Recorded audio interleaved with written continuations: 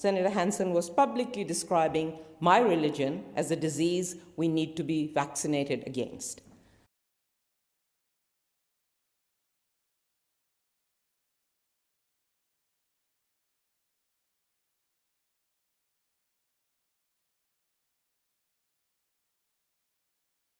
We confront one of the gravest moral failures in British history.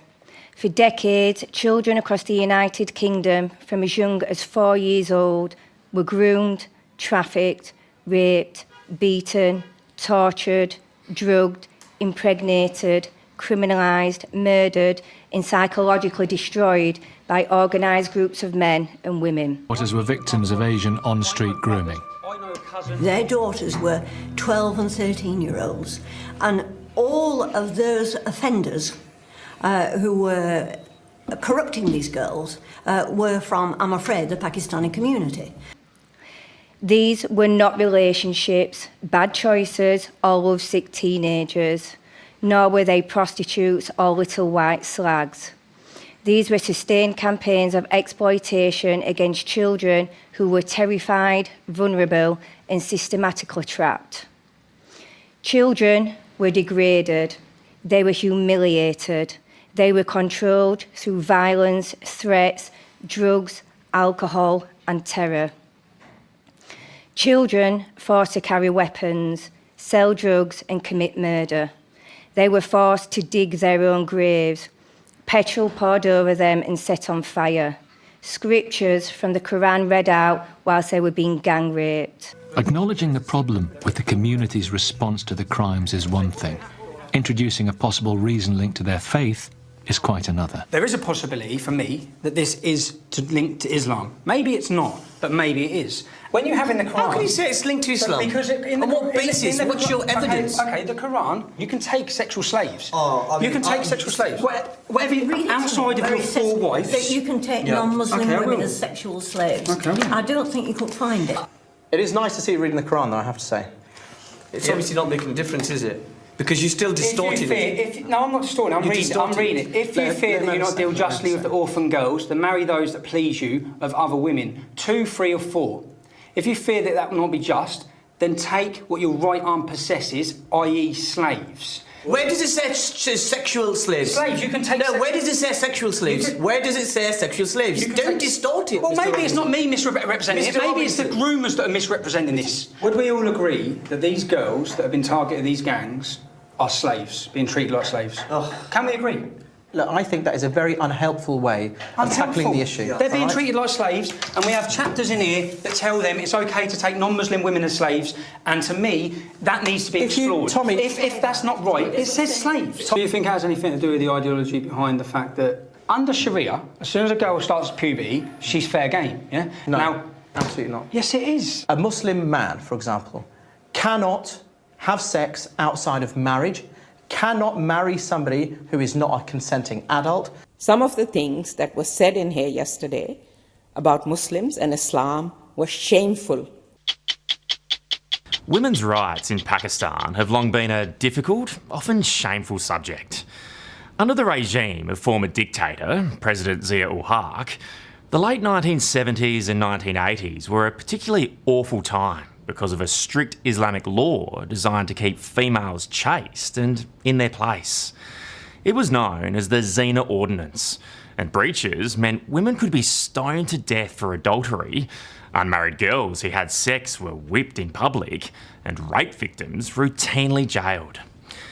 Zia was killed in a plane crash in 1988, and coincidentally in the same year, Pakistan's first female Prime Minister was elected.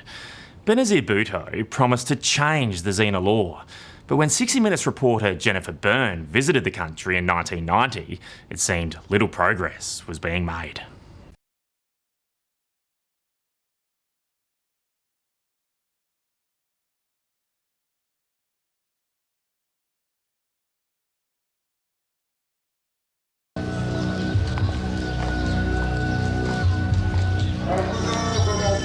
The women's jail in Peshawar, northern Pakistan.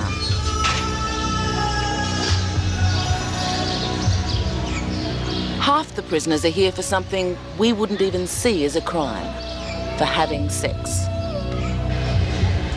these initial 6 women you see sitting here... The Pakistanis call these crimes zina, and they include adultery and premarital sex. The punishment for zina is a maximum of 10 years in jail, or worse. The highest penalty for a married person is stoning to death. If you are not married, it is 100 stripes in public. Asma Jahangir is one of Pakistan's few women lawyers. She's been to jail, she's been condemned to death by the nation's parliament, all because she's fought against laws she believes are simply barbaric. How many women are in jail at the moment on zina offences? Oh, there'll be thousands. There'll be absolutely thousands.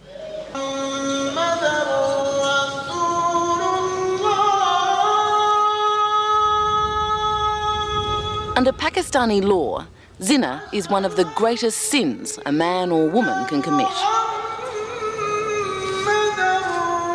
Both are punished, and in the words of the Holy Quran, let not compassion move you in their case. Yet in reality, it's women who suffer most. After all, under Islam, it's okay for a man to take 4 wives, but a crime for a woman to take a lover. The principle is very obvious that sex outside marriage is prohibited. And it is because we want to preserve the family institution. And Quram Murad is the vice president of one of Pakistan's main political parties, a fundamentalist who sincerely believes the punishment fits the crime. Stoning to death, you're saying, is an appropriate punishment for adultery, you believe? Yes, if adultery is committed inside marriage, it is the proper punishment for it because it has been laid down by the Quran and by Islam. And it's appropriate punishment. Do you think it's appropriate to whip women in public? No, in public it is not required. Young children placed inside microwaves, ovens and freezers in an attempt to murder them. Ouija boards used to call on spirits and demons. Animals killed and used in sexual acts against children, and children forced to abuse and rape other children. Many were passed from rapist to rapist like a piece of meat. Some did not survive their exploitation, suicide, substance abuse and murder. This was never just about sexual gratification or money. It was about power, about domination, about breaking a child's sense of self until they believed escape was impossible and help would never come. Years later, they were told by professionals they must take medication or their children could be removed from their care. If they spoke publicly, they would lose custody. Victims were told they are too damaged by their trauma to care for their own children. They were then removed and placed into the care system and trafficked. Almost 10 years ago, she said, Islam is a disease. We need to vaccinate ourselves against it. If that's not racism, I don't know what is. Rapists have been invited into the lives of the victims' children. Children born from their crimes were forced into contact and custody with the men that raped their mothers by social workers and the family courts. The professionals who should have protected them did not and still aren't. This inquiry is exposing something equally horrifying: the scale of institutional failure. Warning signs were there, reports were made, patterns emerged, DNA ignored and evidence destroyed. Yet again and again, professionals dismissed victims as troubled, promiscuous or consenting. Children in care were written off, raped by staff and sold on to gangs. Children from troubled homes were judged and blamed instead of safeguarded.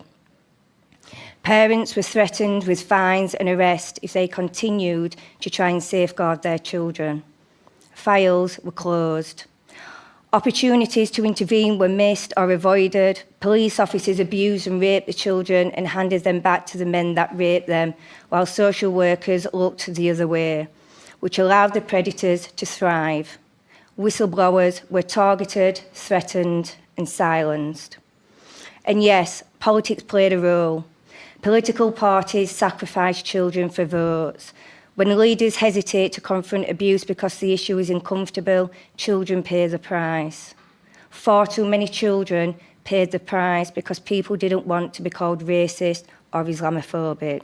One Nation exists to prey on the anxieties of Australians and redirect concerns about housing, cost of living and inflation towards an invented enemy, migrants and Muslims.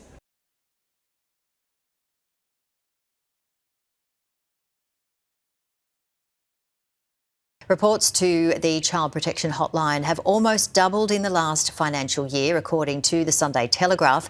There are reports unofficial ceremonies are being conducted by Islamic clerics in suburban backyards beyond the reach of authorities. Since 2018, New South Wales has seen 117 cases reported, but experts warn many more go undetected. This was in 2017. This child is just 14 years old and is about to be married to a man 20 years her senior. In a tiny room hidden at the back of a suburban mosque, this shy teenager, dressed in a light blue headscarf, sits anxiously. She's known the man she's about to marry for just a few days. Same here. The groom is paid for the underage girl, handing over a $1,480 gold necklace in exchange for his bride. While the girl's mother watches on, she's given her full blessing.